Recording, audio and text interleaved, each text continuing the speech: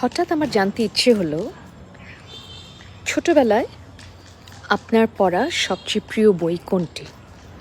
ছোটবেলা মানে একেবারে ছোটবেলা, ধরেন ক্লাস 1-2 পড়ার সময়, স্কুলের বই না।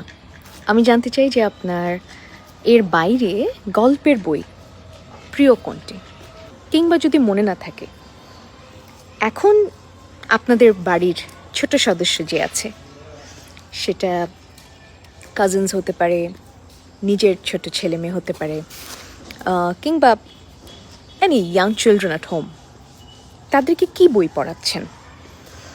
10 বছরের ভেতরে যারা, কিংবা 10 বছর থেকে একটু বড় যারা, কি বই তাদেরকে পড়াচ্ছেন আমাকে প্লিজ একটু জানাবেন।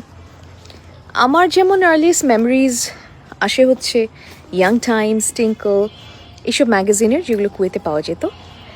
আর সেই সঙ্গে এনিট ব্লাইটন পড়তাম, খুব প্রিয় ছিল। Secret 7, famous 5। So let me no আপনার ছোটবেলার প্রিয় গল্পের বই কোনটি, বাংলা, ইংরেজি, যে কোনো ল্যাঙ্গুয়েজের। Take care.